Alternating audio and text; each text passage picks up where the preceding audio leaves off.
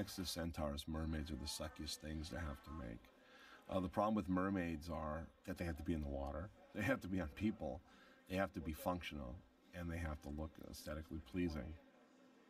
So, you're pretty much tied into the fish look. So what we did is we brought the actors in and we taped their legs together and we did life casts of them, plaster bandage casts, and produced fiberglass forms that we then went ahead and sculpted these tails on.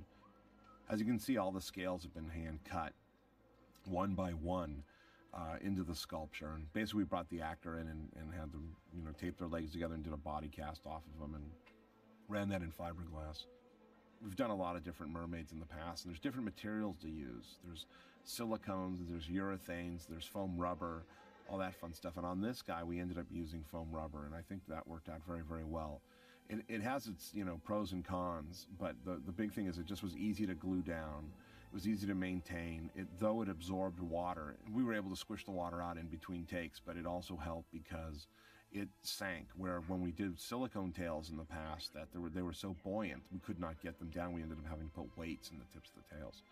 This is Tammy Lane, who's worked with me forever and ever, and she went on to do Lord of the Rings with Richard Taylor at Weta for a number of years. But Tammy was working for me at this time, and I got her to get into the pool, slide on a tail, and try it out. Our first test.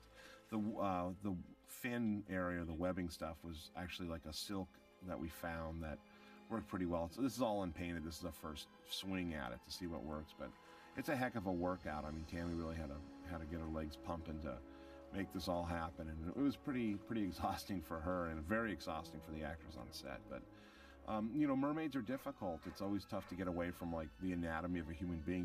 Where the person's leg or knee joints are, and try to kind of like get away from that can be very difficult. And I think it's a matter of how you treat the bottom of the tail where the fin is, trying to elongate and just kind of make it feel a little more organic and not so tied to a human being's body.